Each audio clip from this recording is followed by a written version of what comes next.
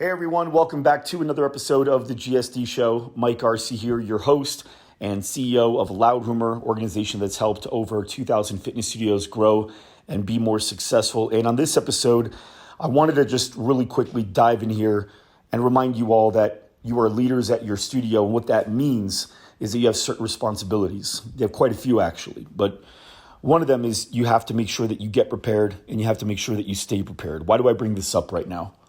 Because the world's going in kind of a weird place. Our country in particular, at the U.S., I know we got some people outside of the country, but the U.S., depending on where you're at, you may think things are getting a lot better. If you're in Oregon, right, I think there's a total of 9,000 cases. If you're in Florida, very different story. You're noticing more cases than ever, fast growth. Same thing with Texas, Arizona, and a few other places. So the reason I wanted to do this podcast is because I want to make sure that you guys understand that your job as leaders is to always be ready and stay ready. And if something happens to where we have to go back into quarantine, which of course nobody wants for multiple reasons, but if that has to happen, we have to do a few things. Number one, we have to know that it's a possibility. And we have to remember that it's a possibility. And so when it happens, we're not shocked by it. We can't get shocked. We have to be able to be that voice of calmness, be that voice of certainty for our people and for our clients. So number one, we have to make sure that we acknowledge what's going on. Number two, we have to now start preparing for that what if. Normally, I don't like to plan on what ifs. I don't like to think about plan Bs. However, plan B is more of like an A1, A2 right now, it seems. So if you guys aren't pushing virtual right now, if you weren't pushing it from the previous quarantine because you wanted to find a way to make money, this is absolutely the time to begin pushing it. There's a couple reasons why you should be pushing it anyway. Number one, it's an incredible additional stream of income. A lot of studios have never stopped doing their virtual option, even after being able to open back up, because they've realized that, man, it's bringing in $15,000, $20,000, $25,000 a month in recurring revenue that has very low cost to it and is very easy to manage. So why would I cancel this? Now, some of you are only making an extra couple thousand and you're wondering, why would I keep going? And here's the thing. It's like anything else. If you worked extra hard at it, you got extra good results. If you just kind of treated it like a Band-Aid, well, then you got Band-Aid results. And that's the cause and effect of any type of action. So right now, what I'd like you to do is make sure that you understand all the things that you could be doing in a virtual offering. Think about how to restructure your business a little bit. Now, some of you guys may say, well, that's not our business. We are not that type of a business. That's not us. That's not who we are. Look, right now, working at half capacity is not who you are either. Going into quarantine and waiting for things to get better, again, if that happens, is not who you are either. No matter what, you're going to be forced to be something you're not, no matter what. The difference is, are you going to be something you're not while still helping people get what they came for, why they came to you in the first place, which is to get results and be able to enjoy working out consistently? Are you going to do that? Or are you going to be the person that fails your employees, fails your members because you don't want to go off brand, which, to be fair, a lot of times when I hear that, I'm actually second guessing and I'm wondering, are you just saying that because you're afraid of doing a lot of this work? Are you afraid of the uncertainty that comes along with how to sell virtual, how to operate virtual, how to succeed, how to get people results in virtual? Is that really where this is coming from?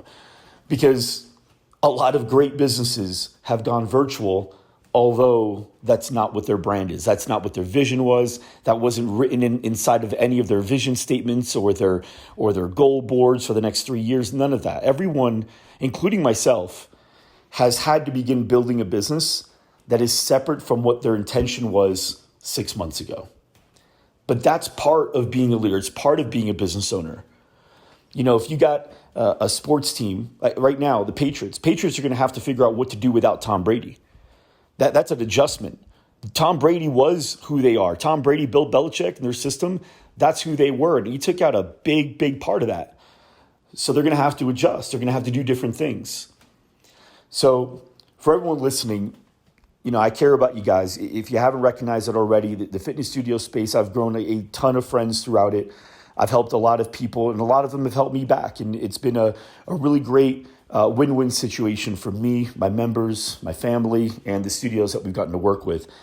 And, it broke my heart watching in quarantine some businesses go out of business permanently. It also even broke my heart watching some of them struggle, even though they succeeded through it.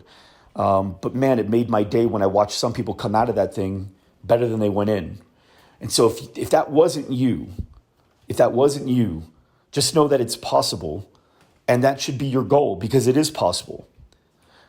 I tell my kids all the time, there's a difference between hard and too hard. Whenever they say, Dad, it's too hard, Is it too hard? Is it hard or is it too hard? There's a difference. Hard means, yes, it's going to take a lot of effort you don't want to put in, but it's possible. Too hard means nobody's done it. Too hard means it can't be done. It's too hard. It can't be done, but it's not too hard. It may be just too hard for the effort that you want to put in. It's two different things. As leaders, when we took the responsibility of opening our businesses, we made the decision that we were going to do the uncomfortable more than anybody else that we asked. More than anybody on our team, more than anybody in our family, we made that decision. And so now we've got to make sure that we own up to it. And it could get uncomfortable. Now, on the positive side, if you really do focus on virtual right now, and you really start focusing on getting your members results while they're at home because they're at half capacity, or because they're afraid to come in now because they see cases going up. If you focus on virtual right now, a lot of your competition in your area, they haven't put their attention to this. Maybe because they think it's too hard. Good. We want them to think it's too hard. Maybe they think things are going to go back to normal. Great. We want them to think things are going to go back to normal. Maybe they think that people don't want to do a virtual workout anymore. Great. We want them to think all those things. We want them to think all of those things. Because if they can think all of those things, that is what separates you. You're always wanting to find a competitive advantage, always. Something that gives you a leg up on the competition. They don't do Sundays? Great, we'll do Sundays. They don't have a childcare? We'll do childcare. You want to find a competitive advantage whenever you can. And right now, the world is creating a competitive advantage for you, or possibly they're creating it for your competition against you. But that's a choice that you can make. So start focusing on it. We've created a bunch of material on how to go virtual.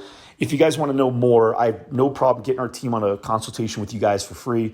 To show you guys like where the resources are and where you can learn more stuff and all that. I mean, this is something that we've now helped 600 studios go virtual throughout this last 3-4 months. And I have no problem with helping you with it as well. So you can give us a call at 480-567-9794. Again, it's 480-567-9794.